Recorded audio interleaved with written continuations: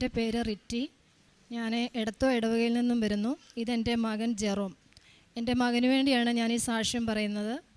2020 മുതൽ അവന് ഛർദിലെന്ന് പറഞ്ഞാൽ നമ്മൾ വെള്ളം കുപ്പി ഗ്ലാസ്സിൽ പച്ചവെള്ളം എടുക്കുന്നത് പോലെ, അതാണ് അവൻ്റെ ഛർദിൽ. അത് ഛർദിച്ചത് കണ്ട ഛർദിലെന്ന് ആർക്കും തോന്നുകയില്ല. അങ്ങനെ 2 വർഷം 2020 തുടങ്ങി.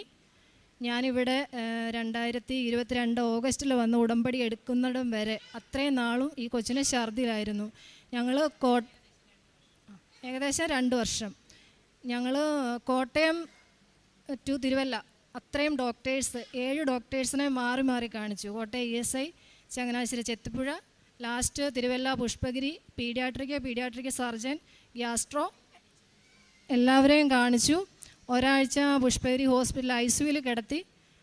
വയറുവേദന, നെഞ്ചുവേദന പറയുമ്പോൾ അവർ എക്കോ എടുക്കും, ECG എടുക്കും, എക്സ്റേ എടുക്കും, 6-7 അൾട്രാസൗണ്ട് സ്കാനിങ്, ബ്ലഡ് ടെസ്റ്റ് എല്ലാം ചെയ്തു. ഞങ്ങൾ മാനസികമായിട്ടും സാമ്പത്തികമായിട്ടും ആകെ തകർന്നു. ഞങ്ങളുടെ വീട് ഉറങ്ങിയതുപോലെ. കാരണം ഈ കുഞ്ഞിൻ്റെ അസുഖം എന്താണെന്ന് കണ്ടുപിടിക്കാൻ പോലും പറ്റുന്നില്ല.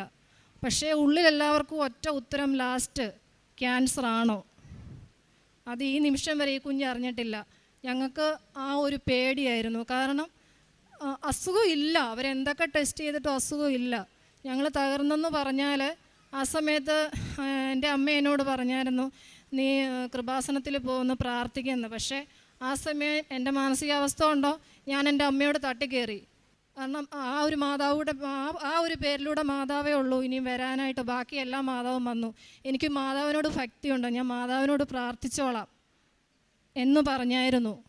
പക്ഷേ എന്നെ ഇവിടെ വരുത്തി. ഞാൻ വന്നു. ഞാനിവിടെ വരുമ്പോൾ എൻ്റെ ഈ മകൻ അവൻ്റെ അപ്പൻ്റെ തോളിൽ ആ ബാക്കിൽ ആ ചാരുബെഞ്ചിൽ ചാരി തളർന്നിരിക്കുക. അത് ഛർദ്ദിച്ചാണ് ഇവിടെ വരുന്നത്. ഞാനിവിടെ വന്ന് കരഞ്ഞു, മാതാവേ ഇനിയും കൃപാസന അമ്മ മാത്രമുള്ളൂ എനിക്ക് ആശ്രയം. വേറെ എങ്ങും എനിക്കിനി ഒരു ട്രീറ്റ്മെൻറ്റിന് ഞങ്ങളൊരു ഹോസ്പിറ്റലിലും പോകില്ല. ഈ കുഞ്ഞിൻ്റെ ഭാവി, ഞങ്ങളുടെ കുടുംബം എന്തായിരിക്കും അവസ്ഥ? അങ്ങനെ ഇവിടെ വന്ന് ഞാൻ ഉടമ്പടി എടുത്തു. അന്ന് വീട്ടിൽ ചെന്നുടനെ തന്നെ ഉടമ്പടി തൈലം ഞാൻ കുഞ്ഞിൻ്റെ വായിലൊഴിച്ചു കൊടുത്തു. അതേ തുടർന്ന് അത് തുടർന്നുകൊണ്ടേയിരുന്നു. തേനും ഉപ്പും കാശ്രൂപം വെച്ചുള്ള പ്രാർത്ഥനകളും ഉടമ്പടി പ്രാർത്ഥനകളും. പക്ഷേ ഇവിടെ വന്നു, ഛർദ്ദിച്ച് ഇവിടെ വരുന്നു. ഇവിടെ നിന്ന് ഇറങ്ങിയതിൽ പിന്നെ ഈ നിമിഷം വരെ അവൻ ആ ഒരു പ്രശ്നം ഉണ്ടായിട്ടില്ല. എൻ്റെ മാതാവിന് 1000 നന്ദി ഞാൻ പറയുന്നു. രണ്ടാമത്തെ കാര്യം, എൻ്റെ ഭർത്താവിൻ്റെ ഒരു ജോലിയുടെ പ്രശ്നമായിരുന്നു. ഓഫ്ഷോർ വെൽഡിംഗ് ആയിരുന്നു. ഗൾഫിൽ അബുദാബിയിലായിരുന്നു. അപ്പം 43 വയസ്സായി. ഇനി വെൽഡിങ്ങിൻ്റെ ജോലിയൊക്കെ ചെയ്യാൻ ബുദ്ധിമുട്ടായി. അതിൽ നിന്നൊന്നും മാറണമെന്നൊരാഗ്രഹം ഉണ്ടായിരുന്നു. പക്ഷേ ഇത്രയും നാളും ചെയ്തു വന്ന ജോലി ഇനി എങ്ങനെ മാറിക്കിട്ടും? നമുക്കൊരു പ്രതീക്ഷയില്ല. അപ്പോൾ ഓഗസ്റ്റിൽ ഞങ്ങൾ ഇവിടെ ഒന്ന് ഉടമ്പടി എടുത്തു. സെപ്റ്റംബറിൽ പുള്ളി തിരിച്ചു പോകുന്നു. ആ പോകുന്ന പോക്കിൽ ഞാൻ വെറുതെ ഒന്ന് പറഞ്ഞു, കയറുമെന്ന് എനിക്കൊരു പ്രതീക്ഷയാണ്. കാരണം എയർപോർട്ടിൽ പോകുന്ന വഴി ഇവരുടെയൊക്കെ കാര്യം പറഞ്ഞാലൊന്നും അംഗീകരിക്കത്തില്ലല്ലോ. പക്ഷേ ഞാൻ ജസ്റ്റ് ഒന്ന് പറഞ്ഞു, നമുക്കിവിടെ നിന്ന് കയറിയിട്ട് പോകാം. ആ സമയത്ത് മഴയുണ്ട്, ഞങ്ങൾ ലേറ്റായി. പക്ഷേ ആൾ വരാൻ തയ്യാറായി. കാരണം കുഞ്ഞിൻ്റെ അനുഭവം ഉള്ളതുകൊണ്ട് നമുക്ക് കയറിയിട്ട് പോകാമെന്ന് പറഞ്ഞു. ഇവിടെ വന്നു കയറി ഒന്ന് പ്രാർത്ഥിച്ചു, ഞങ്ങൾ തിരിച്ചു പോയി. പിറ്റേ മാസം തന്നെ ഓഫീസ് സ്റ്റാഫായിട്ട് ജോലി കിട്ടുന്നു. അതിന് അമ്മയ്ക്ക് 1000 നന്ദി പറയുന്നു. മൂന്നാമത്തെ കാര്യം, എനിക്ക് പീരീഡ്സൊക്കെ വരുമ്പോൾ ഭയങ്കര ബുദ്ധിമുട്ടാണ്. ബ്ലീഡിങ് കൂടുതലോ വേദനയെന്ന് പറഞ്ഞാൽ വേദന കൊണ്ട് നിൽക്കാൻ പറ്റത്തില്ല. വീട്ടിൽ വേറെ ഹെൽപ്പിന് ആരും ഇല്ല. ഈ മകനാണ് എന്നെ ആ സമയത്തൊക്കെ ഹെൽപ്പ് ചെയ്തുകൊണ്ടിരുന്നത്. അങ്ങനെ ഡോക്ടറിനെ പോയി കണ്ടു, സ്കാനിങ് ചെയ്തു.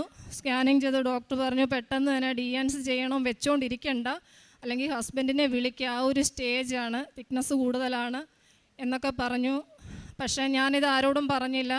ഞാൻ വീട്ടിൽ വന്ന് ഉടമ്പടി തൈലം വയറിൽ കുരിശ് വരച്ച് ഉടമ്പടി തൈലം തൊട്ട്, കാരണം എൻ്റെ കുഞ്ഞിനെ സുഖപ്പെടുത്തിയ അമ്മ എനിക്ക് സൗഖ്യം തരും, അതെനിക്കൊരു പൂർണ്ണ വിശ്വാസമായിരുന്നു. ഈ ഒരു പ്രാർത്ഥനയും ഈ ഒരു തൈലവും മാത്രം മതിയെന്ന് ഞാൻ പൂർണ്ണമായിട്ട് വിശ്വസിച്ചു. കാരണം വിശ്വാസം എന്ന് പറഞ്ഞാൽ അതുപോലുള്ള വിശ്വാസമായിരുന്നു. പിറ്റേ മാസം പീരീഡ്സായി. എനിക്ക് ഒരു കുഴപ്പവും ഇല്ലായിരുന്നു. അത് കഴിഞ്ഞ് ഒരാഴ്ചയ്ക്ക് ശേഷം ഞാൻ ഡോക്ടർ സിസ്റ്ററാണ്. അപ്പം ഞാൻ മനസ്സിലിങ്ങനെ പ്രാർത്ഥിച്ചായിരുന്നു, എൻ്റെ മാതാവേ ആ സിസ്റ്ററോട് എനിക്ക് സാക്ഷ്യം പറയുവാനായിട്ട് ഇടയാക്കണം. കാരണം ഇന്ന കാരണം കൊണ്ടാണ് ഞാൻ സൗഖ്യപ്പെട്ടതെന്ന്. അപ്പം സിസ്റ്ററോട് ഞാൻ പറഞ്ഞു, സിസ്റ്ററെ ഒന്നുകൂടെ ഒന്ന് സ്കാൻ ചെയ്യാൻ പറഞ്ഞു. അപ്പോൾ സിസ്റ്റർ സ്കാനിങ് ചെയ്തു. സിസ്റ്റർ പറഞ്ഞു ഒരു കുഴപ്പവും ഇല്ല, ഇനിയും റിറ്റിങ്ങോട്ട് വരികയോ വേണ്ടെന്ന് പറഞ്ഞു ഈ ഒരു കാര്യത്തിന്. അപ്പം ഞാൻ സിസ്റ്ററോട് പറഞ്ഞു, സിസ്റ്ററെ കൃപാസനം മാതാവ് എന്നെ സൗഖ്യപ്പെടുത്തിയത് തൈലം തൊട്ട് ഞാൻ വയറിലെ കുരിശ് വരച്ച് പ്രാർത്ഥിക്കുന്നുണ്ടായിരുന്നു. കാരണം എനിക്ക് ഡാൻസ് ചെയ്യാനുള്ള സാഹചര്യമൊന്നും ആ സമയത്ത് ഇല്ലായിരുന്നു, കാരണം ഹെൽപ്പിനൊന്നും ആളില്ലായിരുന്നു. അപ്പം എല്ലാ തരത്തിലും ഞാൻ ഉടമ്പടിയത്തിന് ശേഷം എനിക്ക് തിരിഞ്ഞു നോക്കേണ്ടി വന്നിട്ടില്ല. കാരണം ഞങ്ങളുടെ സാധാരണ ഒരു വരുമാനത്തിലും ഞങ്ങൾ ആഗ്രഹിച്ചിലുപരിയായിട്ടൊരു വീട് വയ്ക്കാനും എല്ലാം അതെല്ലാം പെട്ടെന്നാണ്, സാമ്പത്തികമായിട്ടും മാനസികമായിട്ടും എല്ലാം. മാധവ് അനുഗ്രഹിച്ച് മാധവനും തിരുക്കുമാരനും 1000 നന്ദി പറയുന്നു.